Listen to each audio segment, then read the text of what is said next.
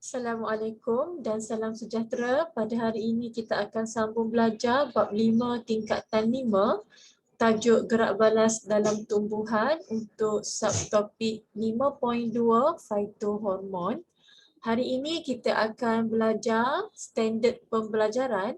Murid boleh menerangkan peranan auksin dalam gerak balas tumbuhan merangkumi fototropisma dan geotropisma.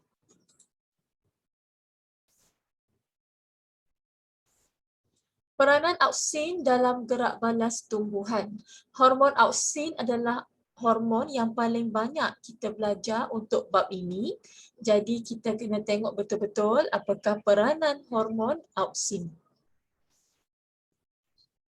Kita akan belajar tentang peranan hormon auksin dalam gerak balas fototropism dan juga gerak balas geotropism.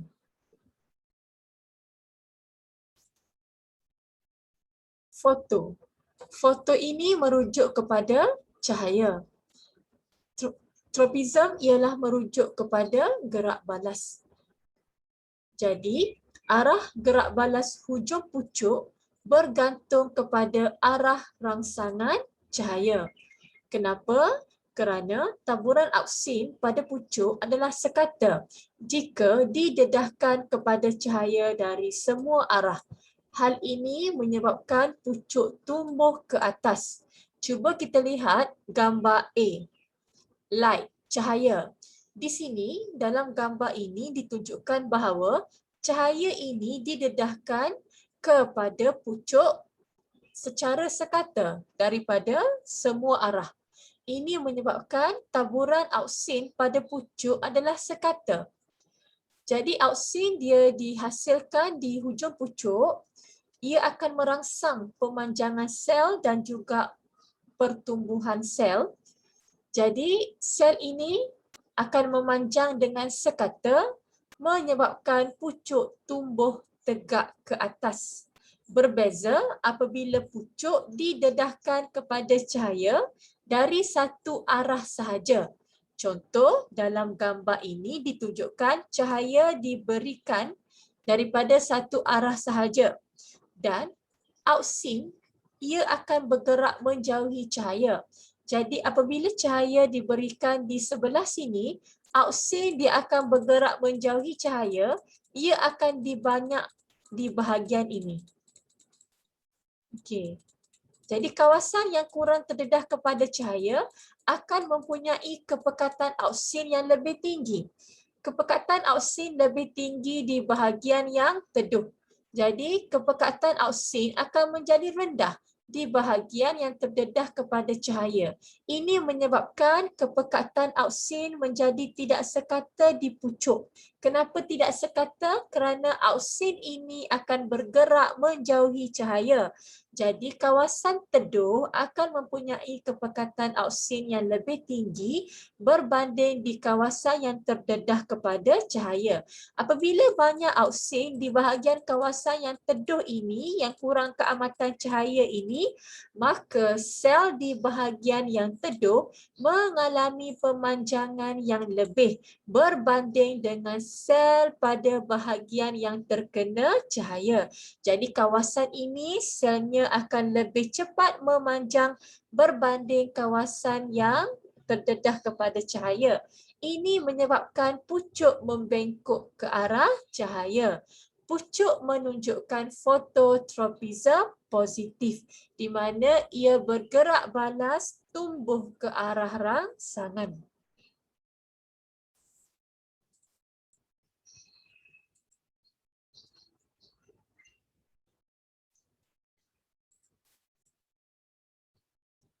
Jadi gambar rajah ini adalah peranan auksin di hujung koleoptil terhadap gerak balas pertumbuhan berdasarkan fototropism.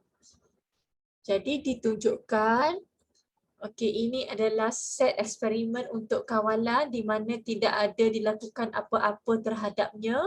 Kemudian ini adalah set eksperimen yang kedua di mana kita memotong hujung koleoptil.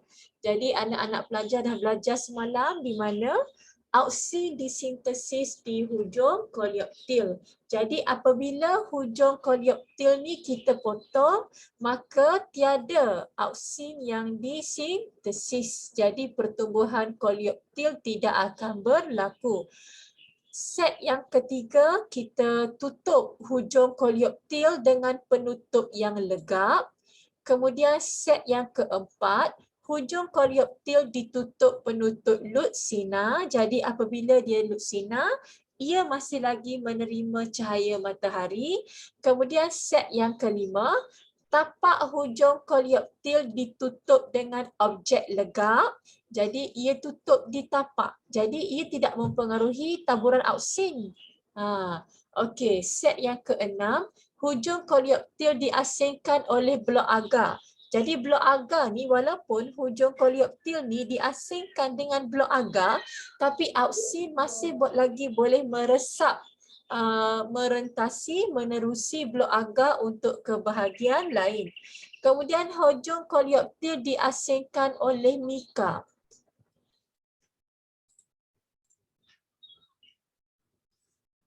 Jadi mika ni adalah kepingan garam silikat, garam mineral. Sekejap ya, cikgu nak ambil pen. Yang keras, kepingan. Jadi kat sini ni auksin tak boleh nak meresap, merentasi, mika pergi ke bawah. Okey, jadi kita tengok selepas 2 hingga 3 hari, untuk kawalan yang kita tak ada buat apa-apa, kita nampak bila cahaya tu diberikan secara sekata, menyebabkan taburan auksin juga sekata. Jadi ini menyebabkan koleoptil ni akan tumbuh membengkok ke arah cahaya. Kenapa? Okey, teacher minta maaf Bukan, dia bukan sekata minta maaf. Okey. Kalau kita tengok kat sini, cahaya matahari ni sebelah sini. Cahaya matahari ni adalah di sebelah sini. Okey, jadi kawasan sini mendapat cahaya matahari yang banyak berbanding kawasan, teacher buat AB lah Okey, kawasan A ni mendapat keamatan cahaya yang lebih tinggi berbanding di kawasan B yang lebih teduh. Jadi kita dah belajar tadi, auksin ni dia tak suka kepada cahaya. Dia tak suka kepada cahaya. Jadi auksin ni dia akan bergerak menjauhi cahaya. Jadi auksin tu dia akan banyak di sebelah yang teduh. Okey. Okey, banyak kat sini Jadi apabila taburan auksin tu, kepekatan auksin lebih tinggi di bahagian yang teduh, jadi bahagian yang teduh ni akan lebih cepat memanjang. Pemanjangan sel di bahagian yang teduh ni akan lebih cepat berbanding di sebelah yang menerima banyak cahaya matahari sebab kurang kepekatan auksin. Ini menyebabkan koleoptil akan tumbuh membengkok ke arah cahaya. Okey, set yang kedua, kita dah potong dah hujung koleoptil ni. Jadi tiada lagi auksin yang disintesis. Jadi bila tiada auksin, maka tiadalah pertumbuhan koleoptil. Dia kekal je macam tu selepas 2 hingga 3 hari. Apabila kita letakkan penutup legap pada hujung koleoptil, maka kat sini taburan auksin tu dia tak akan dipengaruhi oleh cahaya matahari. So dia akan sekata je lah sebab kita dah tutup dengan penutup legap kan. Bila taburan auksin sekata di hujung koleoptil, maka koleoptil akan tumbuh tegak ke atas. Kemudian yang keempat ni, bila kita tutup hujung koleoptil dengan penutup lutsina. Bila lutsina, cahaya matahari masih lagi dapat diterima oleh radas pokok hujung koleoptil ni kan. Jadi sama juga kes macam yang kawalan tadi tu. Jadi ia akan tumbuh membengkok ke arah cahaya. Sama juga dengan yang kelima ni, set yang kelima. Walaupun kita dah tutup dengan objek legap, tapi kita tutup tu di tapak hujung koleoptil, bukan di bahagian hujung koleoptil atas yang tempat sintesis hormon auksin ni. Jadi masih lagi koleoptil akan tumbuh membengkok ke arah cahaya kerana kepekatan auksin yang lebih tinggi di bahagian yang teduh dan kepekatan auksin yang rendah di bahagian yang menerima cahaya matahari. Okey, kemudian untuk set yang keenam, kita asingkan hujung koleoptil dengan blok agar-agar, maka auksin ni dia masih lagi boleh meresap, menerusi, merentasi agar-agar untuk pergi ke bahagian bawah. Jadi ia akan tetap tumbuh membengkok ke arah cahaya. Berbeza dengan bila kita asingkan hujung koleoptil dengan mika. Kerana mika ini akan menghalang auksin merentasinya pergi ke bahagian bawah. Jadi ini menyebabkan tiada pertumbuhan koleoptil.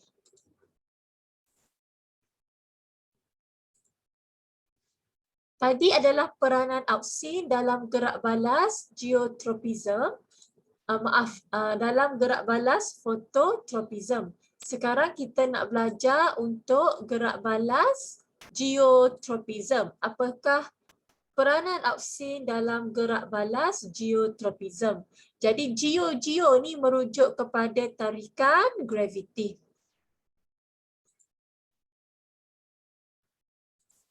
Baiklah.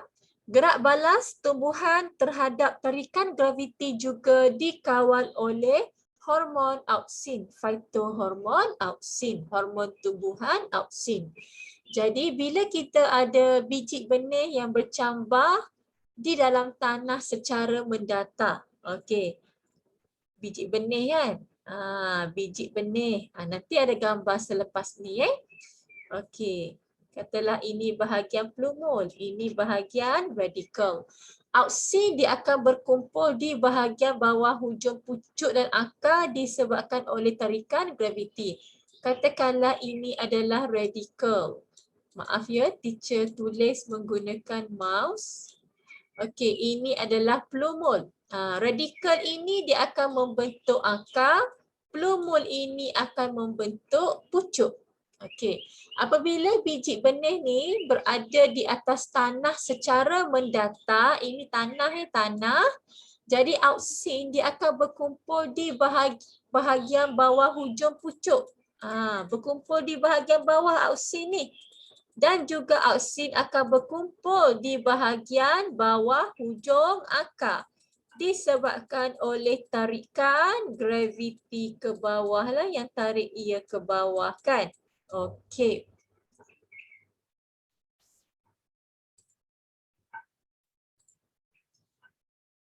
Okey, jadi kat sini saya patah balik kejap. Okey, jadi kat sini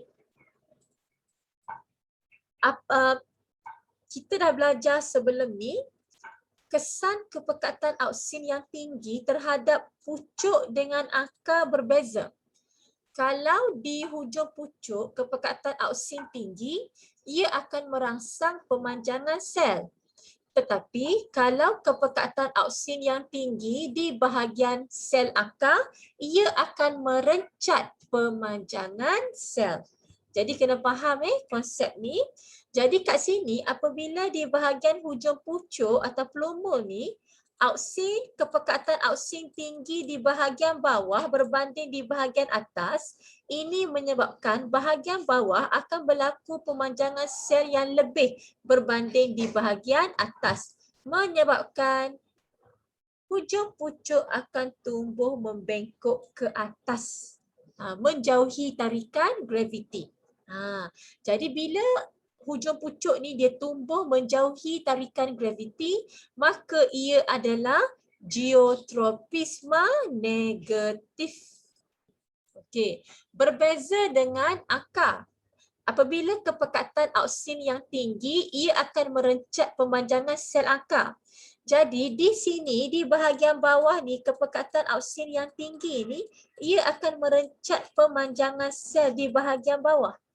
Manakala di bahagian atas ni yang kepekatan auksin yang rendah ni akan berlaku pemanjangan sel yang lebih cepat. Tadi kan teacher dah bagi tahu kalau untuk akar Kepekatan auksin yang tinggi akan merencat pemanjangan sel di sel akar.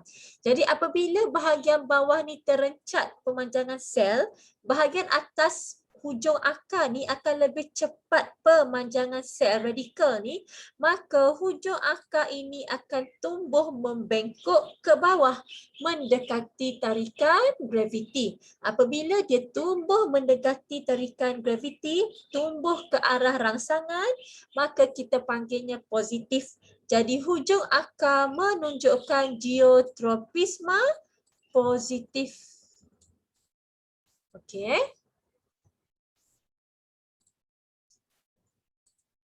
Jadi ini ini menunjukkan gambar raja. Ini kita tengok kalau hujung pucuk tumbuh ke atas mendekati arah cahaya, menjauhi tarikan graviti. Jadi hujung pucuk ni gerak balasnya adalah fototropisma positif dan geotropisma negatif. Manakala untuk hujung akar dia tumbuh ke arah tarikan graviti dan menjauhi cahaya. Jadi untuk akar ia adalah fototropisma negatif dan geotropisma positif.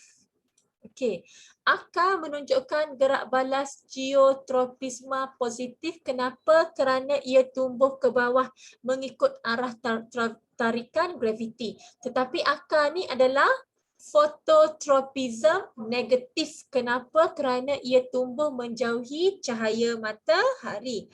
Manakala pucuk pula menunjukkan gerak balas geotropisma negatif. Kenapa? Kerana ia tumbuh ke atas melawan arah tarikan graviti. Tetapi pucuk adalah fototropism positif. Kenapa? Kerana ia tumbuh ke arah mendekati cahaya matahari.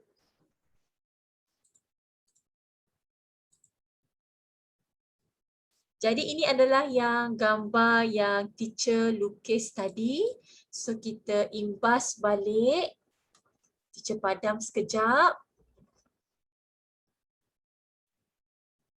Okey, baiklah.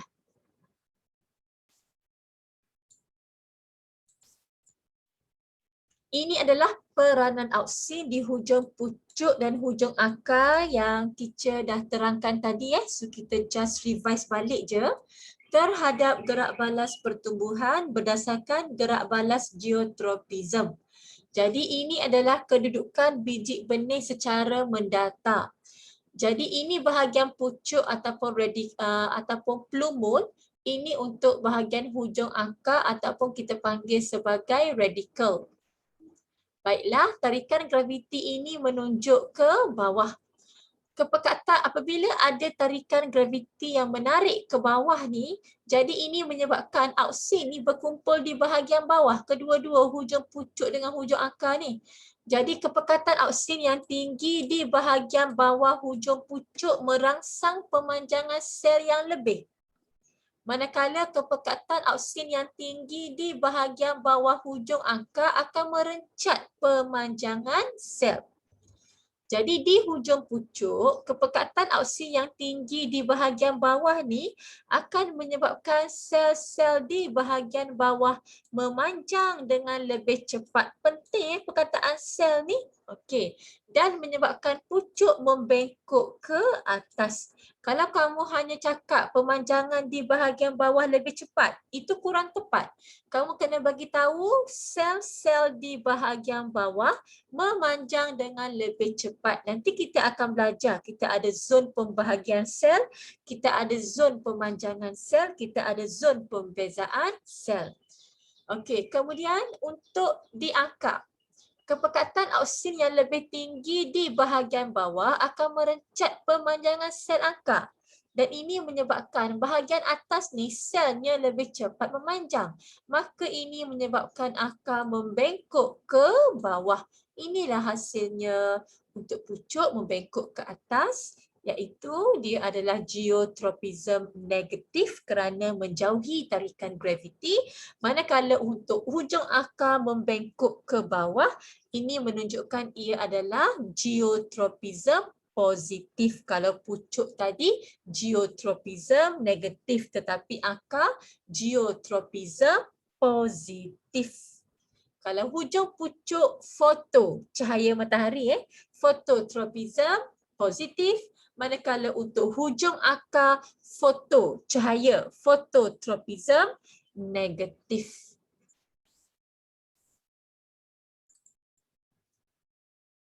Baiklah, kita pergi kepada praktis formatif 5.2. Jadi ini homework kamu, siapkan ya. Okey, itu sahaja untuk hari ini. Terima kasih. Assalamualaikum dan salam sejahtera.